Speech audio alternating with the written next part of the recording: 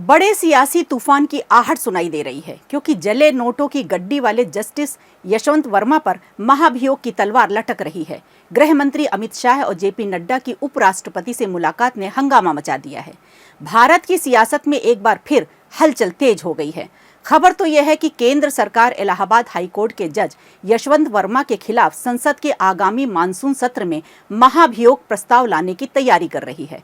इस खबर ने तब और जोर पकड़ा जब बीजेपी अध्यक्ष जेपी नड्डा और गृह मंत्री अमित शाह ने उपराष्ट्रपति जगदीप धनखड़ से मुलाकात की।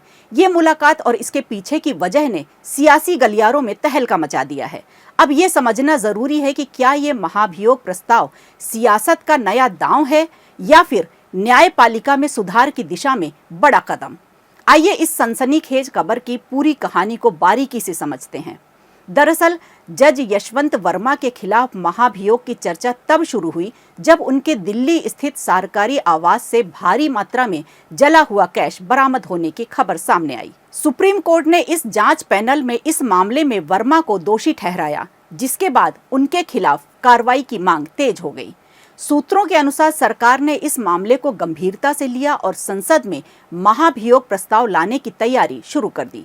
हालांकि इसके पहले उन्हें दिल्ली से हटाकर इलाहाबाद हाईकोर्ट भेज दिया गया।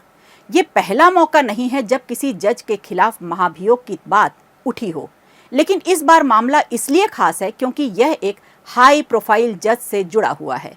वर्मा पर लगे आरोपों में न केवल न्यायपालिका की निष्पक्षता पर सवाल उठाए बल्कि सियासी दलों के बीच भी तीखी बहस छेड़ दी है।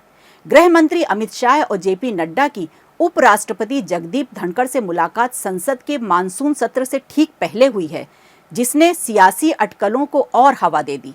सूत्रों के मुताबिक इस मुलाकात में महाभियोग प्रस्ताव पर चर्चा हुई होगी और सरकार सभी दलों से समर्थन जुटाने की कोशिश कर रही है। इसके लिए सभी दलों का समर्थन जरूरी है। इस खबर ने सोशल मीडिया पर तूफान मचा दिया है। कुछ यूजर्स ने इस न्यायपालिका में सुधार का कदम बताया तो कुछ इसे सियासी साजिश का करार दिया। एक यूजर ने लिखा कि जज के घर से जला हुआ कैश किसका। किसी ने न्यायपालिका के लिए शर्मनाक बताते हुए कहा, महाभियोग जरूरी है। अब विपक्ष ने इस मामले पर सरकार को घेरना शुरू कर दिया है। कुछ विपक्षी नेताओं ने दावा किया है कि ये महाभियोग प्रस्ताव न्यायपालिका की स्वतंत्रता पर हमला है। महाभियोग प्रस्ताव कोई साधारण प्रक्रिया नहीं है। इसके लिए संसद के दोनों सदनों में विशेष बहुमत की जरूरत होती है। पहले यह प्रस्ताव लोकसभा या राज्यसभा में पेश किया जाता है और फिर एक जांच समिति बनाई जाती है। अगर समिति जज को दोषी पाती है तो प्रस्ताव को दोनों सदनों में 2/3 बहुमत से पास करना होता है। इसके बाद प्रस्ताव राष्ट्रपति के पास जाता है जो अंतिम फैसला लेते हैं। अब सवाल यह है कि क्या ये प्रस्ताव अगर संसद में पास होगा या सिर्फ सियासी शोर बनकर रह जाएगा, इसका जवाब तो वक्त ही देगा। बहरहाल सत्ताधारी दल और विपक्ष के बीच एक नई जंग का आगाज भी हो सकता है। वीडियो अच्छा लगा हो तो लाइक कीजिए, शेयर कीजिए और कमेंट बॉक्स में हमें जरूर बताइए।